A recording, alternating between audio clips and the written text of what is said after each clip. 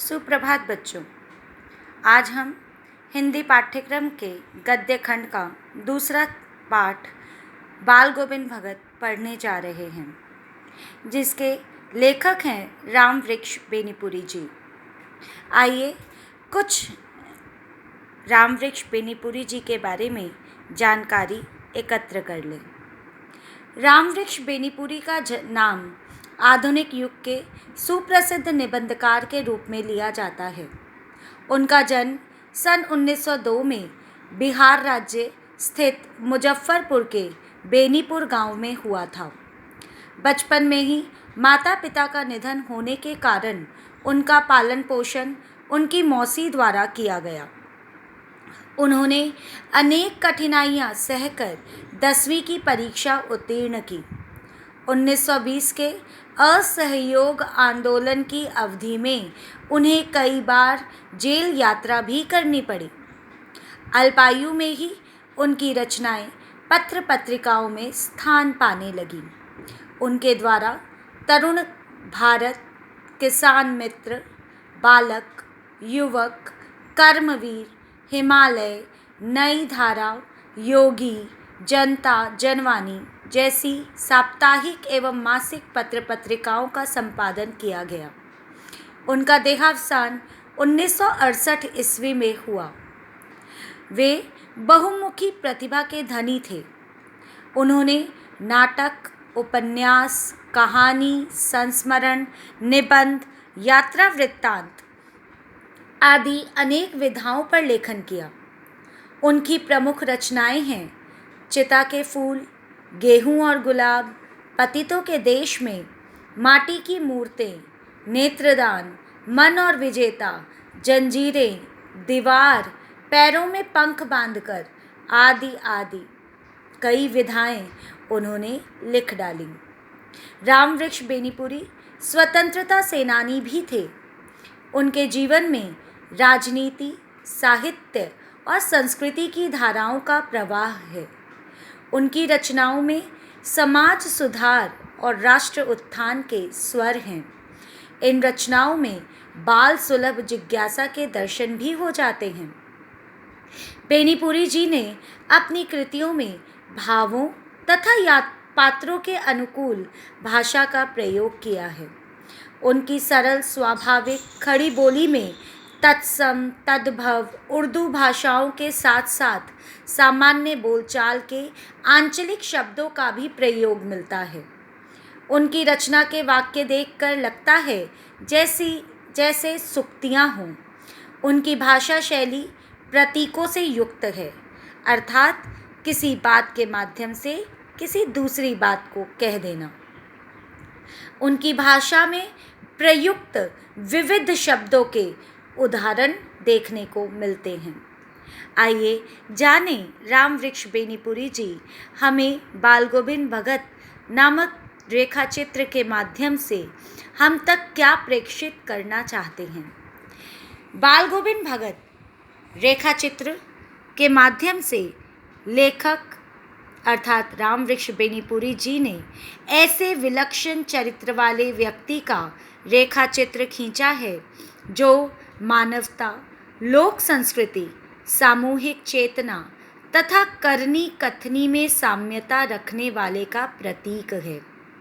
पाठ में लेखक ने यह बताने का प्रयास किया है कि मनुष्य कुछ विशिष्ट गुणों के आधार पर सन्यासी हो सकता है, पर बाह्य आडंबर जैसे वेश, दिखावा युक्त कर्म करने से कोई सन्यासी नहीं होता। बाल गोविंद भगत अपने गुणों तथा कर्म के आधार पर सन्यासी थे, दिखावे के नहीं। अर्थात बाल गोविंद भगत ने अपने दिखावे को अपने जीवन में उतारा नहीं, बल्कि उन्होंने गृहस्थ जीवन व्यतीत करते हुए सन्यासी जीवन जिया। इसके अलावा लेखक ने समाज में व्याप्त विभिन्न कुरीतियों और बुराइयों पर करारा प्रहार किया है। लेखक ने भगत के माध्यम से परिश्रम, त्याग आदि की महत्ता पर प्रकाश डालने के साथ ही ग्रामीण जीवन की सजीव झांकी का प्रस्तुतिकरण भी किया है। कि ग्रामीण जीवन किस तरह से सहजता लिए होता है और उस सहजता में प्रकृति अपना कितना उत्तरदायित्व निभाती है। यह सभी कुछ रामवृक्ष बेनीपुरी जी ने अपने पाठ के माध्यम से हमें समझाने का प्रयत्न किया है। आइए चलते हैं पाठ की ओर।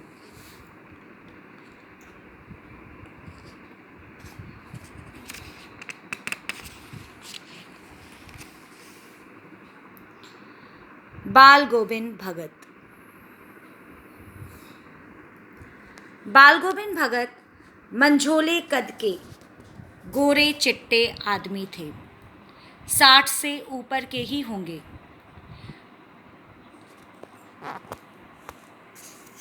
बाल पक गए थे। लंबी दाढ़ी या जटाजूट तो नहीं रखते थे, किंतु हमेशा उनका चेहरा सफ़ेद बालों से ही जगमग किए रहता। कपड़े बिल्कुल कम पहनते। कमर में एक लंगोटी मात्र और सिर में कबीर पंथियों की सी कनफटी टोपी। जब जाड़ा आता एक काली कमली ऊपर से ओढ़े रखते। मस्तक पर हमेशा चमकता हुआ रामानंदी चंदन, जो नाक के एक छोर से ही औरतों के टीके की तरह शुरू होता। गले में तुलसी की जड़ों की एक बेडौल माला बांधे रखते। अर्थात पहले अनुच्छेद में लेखक ने बाल गोविंद भगत के कपड़ों के विषय में, उनकी सादगी के विषय में, अर्थात उनके बाहरी रूप के बारे में वर्णन किया है कि वे किस तरह के दिखते थे, वे क्या पहनते थे, उनका जीवन कितना सादगी से परिपूर्ण था। इस अनुच्छेद से एक प्रश्न पूछा जाता है कि बाल गोविंद भगत किस तरह से अपना जीवन व्यतीत करते थे या कैसे दिखते थे, जिसमें आपको उनके विषय में सब कुछ लिखने की आवश्यकता होती है कि वे क्या क्या धारण करते थे, अर्थात कबीरपंथी टोपी, किस तरह से रामानंदी तिलक लगाते थे, और हमेशा प्रभु भक्ति में लीन रहते थे। उनके गले में तुलसी की जड़ों की एक बेडौल माला रहती थी। तो ये सभी बातें उस प्रश्न के उत्तर में लिखी जानी चाहिए। आगे बढ़ते हैं। ऊपर की तस्वीर से यह नहीं माना जाए कि बाल गोविंद भगत साधु थे। नहीं, बिल्कुल गृहस्थ। उनकी गृहिणी की तो मुझे याद नहीं, मुझे अर्थात लेखक रामवृक्ष बेनीपुरी जी, उनके बेटे और पतोहू को तो मैंने देखा था। थोड़ी खेती बाड़ी भी थी, एक अच्छा साफ सुथरा मकान भी था, किंतु खेतीबाड़ी करते परिवार रखते थे। बाल गोविंद भगत साधु थे, साधु की सब परिभाषाओं में खरे उतरने वाले। कबीर को साहब मानते थे, उन्हीं के गीतों को गाते, उन्हीं के आदेशों पर चलते, कभी झूठ नहीं बोलते, खरा व्यवहार रखते, किसी से भी दो टूक बात करने में संकोच नहीं करते, ना किसी से खामखा झगड़ा मोल लेते, किसी की चीज़ नहीं छूते, ना बिना पूछे व्यवहार में लाते। इस नियम को कभी कभी इतनी बारीकी तक ले जाते कि लोगों को कौतूहल होता। कभी वह दूसरे के खेत में शौच के लिए भी नहीं बैठते। वे गृहस्थ थे, लेकिन उनकी सब चीज़ साहब की थी। साहब अर्थात कबीर जी, जिन्हें वे मानते थे। जो कुछ खेत में पैदा होता, सिर पर लाद कर पहले उसे साहब के दरबार में ले जाते, जो उनके घर से 4 कोस दूर पर था।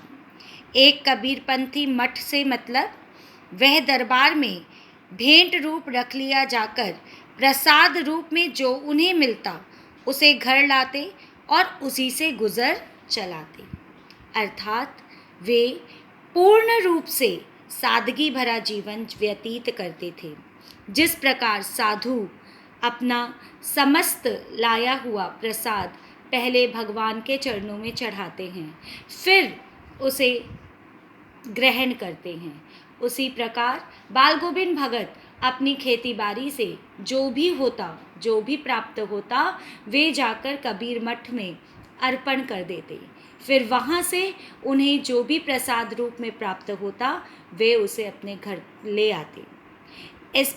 इस अनुच्छेद में भी एक प्रश्न आपके प्रश्न पत्र में पूछा जाता है कि बाल गोविंद भगत की दिनचर्या के विषय में बताइए, जिसमें उनके व्यवहार के बारे में तथा वो किस प्रकार दूसरों की वस्तुओं पर अपना अधिकार नहीं समझते थे, इन सभी बातों को लिखा जाना चाहिए। आइए आगे बढ़ते हैं। इन सब के ऊपर मैं तो मुग्ध था, उनके मधुर गान पर जो सदा सर्वदा ही सुनने को मिलते। कबीर के वे सीधे सादे पद जो उनके कंठ से निकलकर सजीव हो उठते।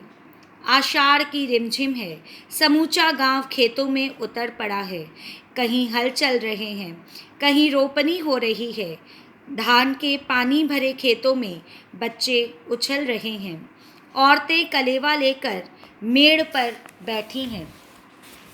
आसमान बादलों से घिरा हुआ है, धूप का नाम नहीं है। ठंडी पुरवाई चल रही है। ऐसे ही समय आपके कानों में एक स्वर तरंग झंकार सी कर उठी। यह क्या है? यह कौन है? यह पूछना न पड़ेगा। बाल गोविंद भगत समूचा शरीर कीचड़ से लिथड़े अपने खेत में रोपनी कर रहे हैं। उनकी अंगुली एक एक धान के पौधे को पंक्तिबद्ध खेत में बिठा रही है। उनका कंठ एक एक शब्द को संगीत के जीने पर चढ़ाकर कुछ को ऊपर स्वर्ग की ओर भेज रहा है और कुछ को इस पृथ्वी की मिट्टी पर खड़े लोगों के कानों की ओर। बच्चे खेलते हुए झूम उठते हैं। मेड़ पर खड़ी औरतों के होंठ कांप उठते हैं। वे गुनगुनाने लगती हैं।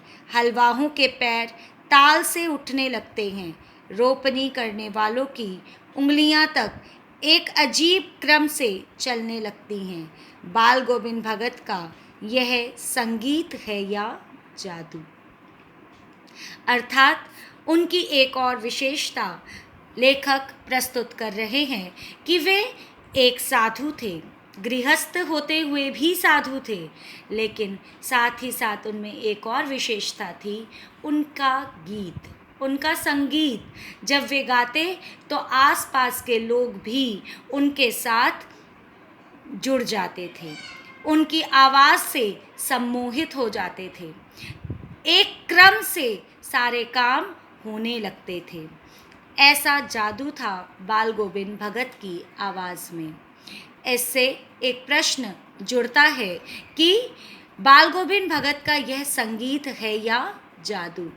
इस कथन की समीक्षा कीजिए। इस कथन की समीक्षा करते हुए उनके संगीत से जो जो प्रभाव प्रकृति पर, बच्चों पर, हलवाहों पर, औरतों पर पड़ रहा है, उन सभी बातों की ओर संकेत करने की आवश्यकता पड़ती है। चलिए आगे। भादों की वह अंधेरी अधरतियाँ। अभी थोड़ी ही देर पहले मूसलाधार वर्षा खत्म हुई है। बादलों की गरज, बिजली की तड़प में आपने कुछ नहीं सुना हो, किंतु अब झिल्ली की झंकार या दादुरों की टर टर बाल गोविंद भगत के संगीत को अपने कोलाहल में डुबो नहीं सकती। उनकी खंजड़ी दिमक दिमक बज रही है और वे गा रहे हैं, गोदी में पियवा चमक उठे सखिया चियूक उठे ना। अर्थात इस अनुच्छेद के माध्यम से लेखक यह बताना चाहते हैं कि जब बाल गोविंद भगत गीत गाते हैं तो उनके साथ जो रात्रि के समय जो आवाज़ें होती हैं दादुरों की या झिल्लियों की, ये जो छोटे छोटे जीव जंतु हैं इनकी आवाज़ें होती हैं, लेकिन फिर भी उनकी आवाज़ों के मध्य बाल गोविंद भगत का संगीत पूरी हर दिशा को फिर से आह्लादित कर देता है। फिर से सभी लोग उनकी आवाज़ को सुनने के लिए वहीं इकट्ठे हो जाते हैं जहां बाल गोविंद भगत अपने गीत को गा रहे हैं। गोदी में पियवा, अर्थात यहाँ पर किसी प्रेमी की बात हो रही है। प्रेमी और बाल गोविंद भगत के प्रेमी कौन हैं? उनके ईश्वर, उनके भगवान, जिन्हें वे पाना चाहते हैं, जिनकी भक्ति में वे लीन रहते हैं। किंतु वह समझती है वह अकेली है, चमक उठती है, चिहुक उठती है। उसी भरे बादलों वाले भादों की आधी रात में उनका यह गान अंधेरे में अकस्मात कौंध उठने वाली बिजली की तरह किसे ना चौंका देता। जहाँ रात्रि हो चुकी है, सब तरफ शांत वातावरण है और उस वक्त सिर्फ छोटे छोटे प्राणियों की आवाज़ गूंज रही है। और ऐसे समय में फिर से बाल गोविंद भगत की आवाज़ सभी को चौंका देती है, सभी को अपनी ओर आकर्षित कर देती है। अरे अब सारा संसार निस्तब्धता में सोया है, बाल गोविंद भगत का संगीत जाग रहा है, जगा रहा है। जाग रहा है तो वे स्वयं जागकर संगीत गा रहे हैं। जगा रहा है अर्थात जो आत्माएं सुप्तावस्था में चली गई हैं, सो गई हैं, जो सिर्फ स्वार्थ से जुड़ी हुई हैं, ऐसे लोगों को जगाने का प्रयत्न बाल गोविंद भगत अपने संगीत के माध्यम से करते हैं। वे लोगों को ईश्वर के साथ जोड़ने का प्रयत्न करते हैं। बाल गोविंद भगत का संगीत जाग रहा है, जगा रहा है। तेरी गठरी में लागा चोर मुसाफिर, जाग जरा। कार्तिक आया नहीं कि बाल गोविंद भगत की प्रभातियाँ शुरू हुई, जो फागुन तक चला करती, अर्थात सुबह, शाम, रात्रि। कोई ऐसा पहर ना होता जब बाल गोविंद भगत के संगीत का जादू गांव में ना चलता। उनके संगीत के जादू के साथ गांव वाले झूम उठते, सब कुछ भूल जाते और तल्लीनता से उनके गीत को सुनने में अपना जीवन व्यतीत करते। धन्यवाद।